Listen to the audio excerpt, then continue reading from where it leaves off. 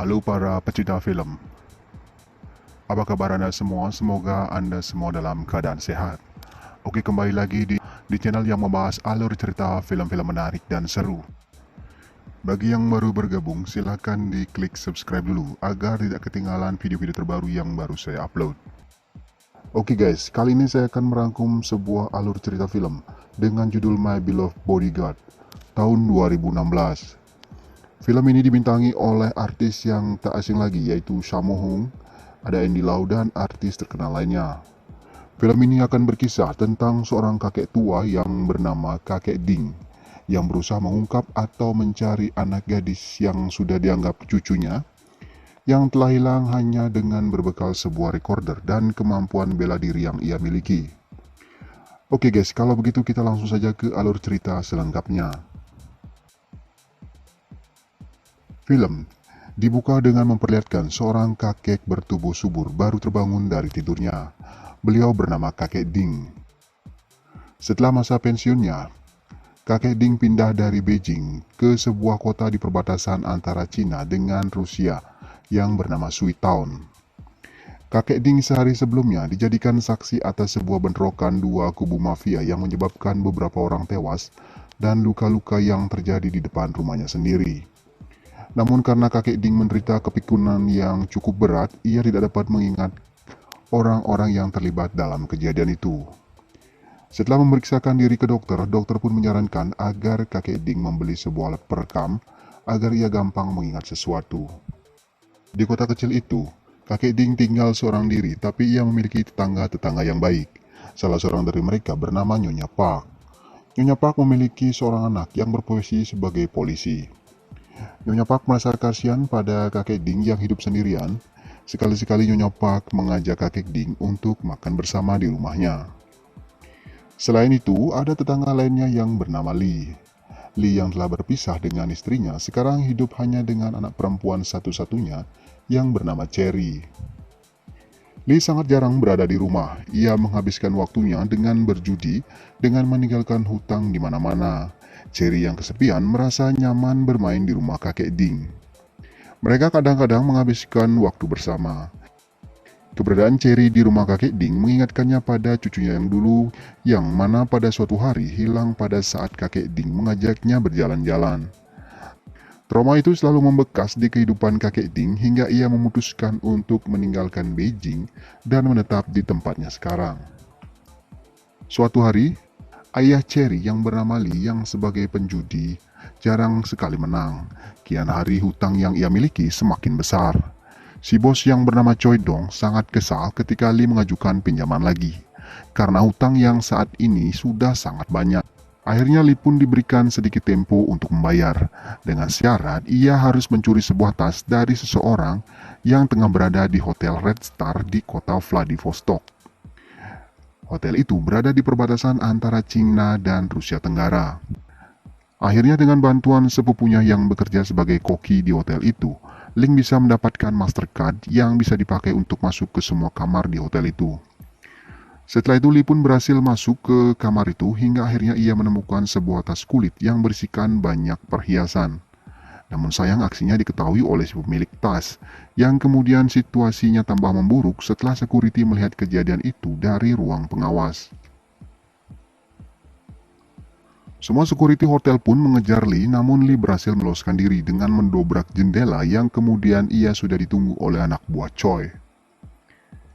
Di perjalanan ternyata Lee membawa kabur tas kulit itu karena ia berpikir hutangnya tidak akan terlunasi meskipun tas itu sudah ia berikan kepada Choi. Akhirnya Lee membawa kabur uang itu dengan meninggalkan anak buah Choi di jalan.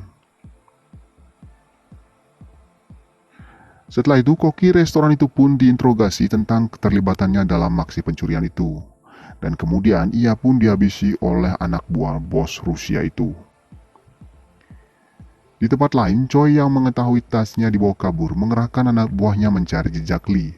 Hingga akhirnya salah seorang kerabatnya mengatakan bahwa Lee memiliki rumah di Sui Town dan mempunyai satu anak perempuan. Akhirnya beberapa anak buah Choi menuju rumah Lee.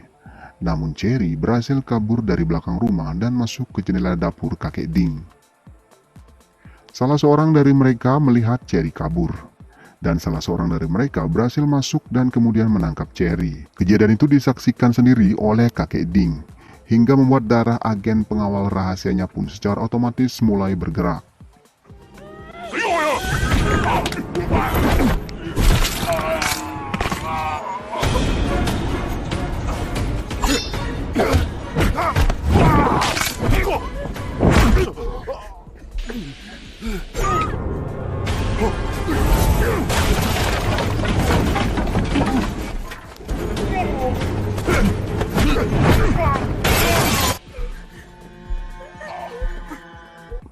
Alhasil semua anak buah Choi berhasil dilumpuhkan dalam waktu yang sangat singkat.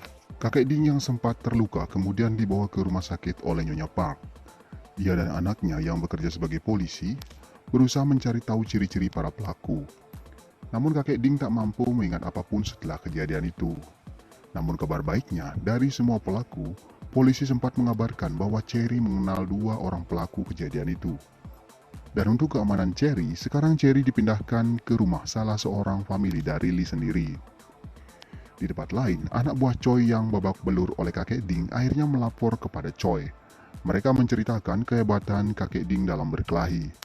Mereka pun akhirnya dihukum oleh Choi karena mereka tidak mampu menghadapi seorang kakek. Mereka pun disuruh mencari tempat bersembunyi dari kejaran polisi. Di tempat lain, Lee berusaha bersembunyi dari kejaran gengnya Choi. Ia melewati perbatasan Rusia untuk menjual semua perhiasan di tasnya itu.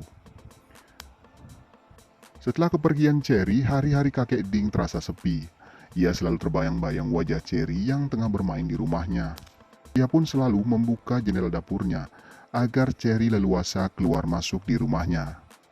Suatu hari kakek Ding mendatangi sebuah acara pernikahan di salah satu keluarganya.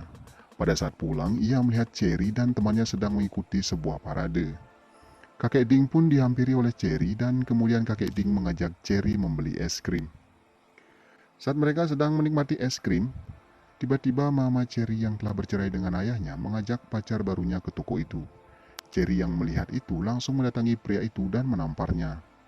Mama Cherry yang kaget, kemudian marah dan mengata-ngatai Cherry yang mirip dengan ayahnya. Akhirnya Cherry yang kesal pergi dari toko meninggalkan kakek Ding. Kakek Ding kembali bersedih setelah perpisahan itu. Ia mencoba menghibur diri dengan membaur dengan kakek-kakek di komplek itu. Namun itu tak mengobati kerinduannya pada Cherry. Setelah beberapa hari, orang tua asuh Cherry yang tak lain adalah kerabat dari Lee sendiri menemui kepala sekolah Cherry. Mereka mengatakan bahwa mereka tidak bisa lagi merawat Cherry dan membiayai kehidupannya. Saat semua bingung harus membawa Cherry kemana, akhirnya Cherry berkata kalau kakek Ding pasti mau merawatnya. Dan akhirnya Cherry sekarang tinggal dengan kakek Ding. Kakek Ding nampak sangat senang bisa kembali melihat Cherry, dan mereka sering menghabiskan waktu bersama-sama. Suatu hari, kakek Ding mengajak Cherry makan di rumahnya Nyonya Park. Cherry kemudian meminta izin untuk meminjam telepon untuk menghubungi salah satu temannya. Setelah menelpon, ia pun berpamitan untuk pulang. Di malam harinya, Lee datang ke rumah kakek Ding. Ia menyampaikan rasa terima kasih pada kakek Ding yang telah menyelamatkan anaknya dari para gangster. Ia lalu memberikan sejumlah uang kepada kakek Ding, dan kemudian setelah itu ia pun pergi meninggalkan rumah kakek Ding. Setelah keluar dari rumah kakek Ding, ternyata para gangster suruhan Choi sudah menjaganya di tengah jalan. Mereka kemudian menghajar dan memotong kedua urat kaki Lee. Setelah mereka mendapatkan tas itu, Choi kaget karena perhiasan sudah banyak berkurang. Ia pun akhirnya menghabisi Lee di tempat itu. Tidak sampai di situ, rumah Lee pun mereka bakar. Kakek Ding yang melihat kebakaran itu akhirnya keluar rumah. Di sana ia melihat Lee telah tewas terkapar di tengah jalan. Kakek Ding dan Nyonya Park kemudian melaporkan kejadian itu ke polisi. Kakek Ding sempat menanyakan keberadaan Cherry, namun polisi tidak banyak membantu. Di tempat lain ternyata pemilik dari tas itu meminta bantuan dari gangster Rusia. Mereka pun kemudian datang ke kota Sui. Di rumah kakek Ding terlihat ia sedang membaca sebuah berita di koran hari itu. Berita itu menceritakan bahwa para gangster pelaku pembunuhan Lee akhirnya dibebaskan karena tidak cukupnya bukti. Kabar itu membuat kakek Ding bergetar dan ia merasa tidak ada jalan lain selain turun tangan sendiri mencari cucunya. Merasa risiko yang akan ditanggungnya cukup berat, bahkan ia bisa kehilangan nyawa dengan berhadapan dengan para gangster, kakek Ding kemudian menelpon anaknya untuk terakhir kalinya. Di sini kakek Ding menyampaikan rasa bersalah terdalamnya pada anak perempuan satu-satunya, karena beberapa tahun silam kakek Ding kehilangan cucunya pada saat ia berjalan-jalan dengan cucunya. Namun tidak diceritakan banyak di film ini tentang cucu kakek Ding yang hilang karena apa. Namun di sini tersirat bahwa rasa bersalah kakek Ding begitu mendalam pada anaknya, karena kakek Ding telah teledor menjaga cucunya saat bermain bersamanya. Selain itu, ia juga berpamitan dengan Nyonya Park yang selama ini telah sangat baik kepadanya. Dan setelah acara pamitan selesai, saatnya kakek Ding menuju lokasi penggerebekan. Dengan berbekal gambar bangunan yang ada di koran itu, ia kemudian menuju sarang para gangster itu. Samar-samar ia merasa pernah melihat bangunan itu. Akhirnya setelah melakukan perjalanan yang cukup jauh, kakek Ding akhirnya berhasil menemukan bangunan itu. Dari luar, bangunan itu nampak seperti bengkel mobil. Namun saat ia masuk, ternyata di dalamnya terdapat kasino tempat perjudian. Dan orang-orang di dalam tampak tengah sibuk menghitung uang. Kakek Ding akhirnya menanyakan keberadaan cucunya pada Choi. Kakek Ding kemudian mengeluarkan sebuah recorder untuk merekam semua yang dikatakan Choi.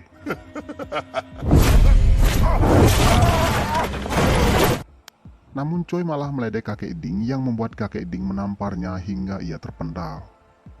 Setelah itu Choi menyuruh anak buahnya untuk menyerang kakek Ding. Dengan semua kemampuan bela diri yang dimiliki kakek Ding, semua anak buah Choi dapat dilumpuhkan dengan mudah.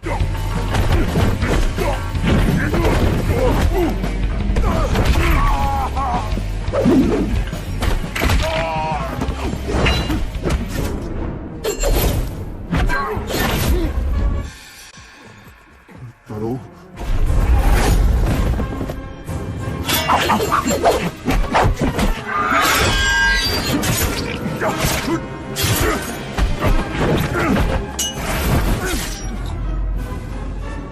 bahkan pengawal terbaik Choi sekalipun dapat dikalahkannya dengan mudah. Beberapa saat setelah itu, anggota geng Rusia yang disewa pemilik tas itu pun datang yang makin memperkeruh suasana. Mereka mulai membantai geng Choi sampai tak tersisa. Melihat si geng Rusia ini membunuh satu persatu anak buah Choi, kakek Ding pun melanjutkan perlawanannya menghadapi geng Rusia itu.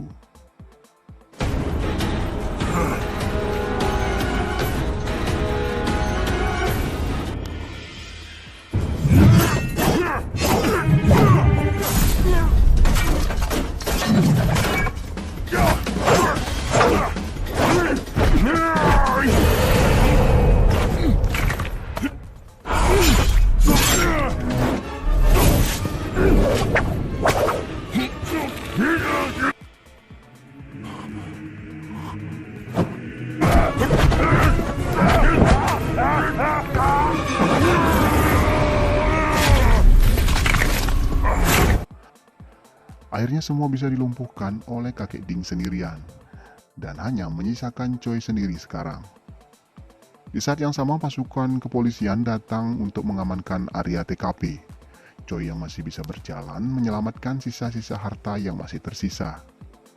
Kakek Ding yang mengikutinya terus saja menanyakan di mana cucunya berada, dan akhirnya Choi pun mengatakan bahwa ia telah menghabisi cucu kakek Ding.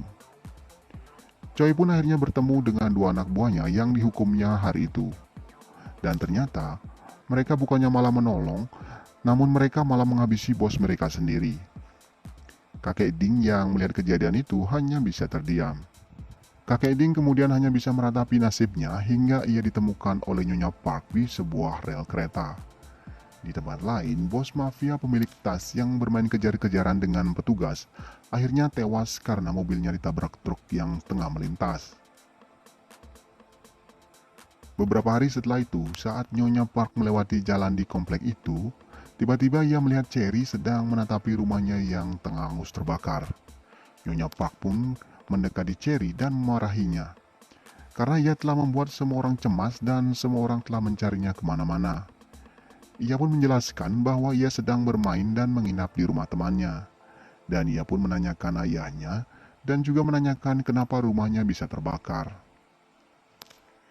Nyonya Park pun kemudian mengatakan bahwa telah terjadi kebakaran hebat di rumahnya malam itu. Dan karena tidak punya tempat tinggal, ayahnya pun pergi ke kota untuk mencari tempat tinggal baru selain itu dan juga mencari kerja. Dan film pun diakhiri dengan kembalinya Cherry ke rumah kakek Ding. Dan kakek Ding akhirnya menjadi orang tua asuh bagi Cherry hingga ia dewasa. Oke, sekian dulu ulasan alur cerita film kali ini. Jangan lupa di subscribe, like, dan share jika film ini dapat menghibur Anda semua. Oke, sampai di sini dulu. Terima kasih dan sampai ketemu di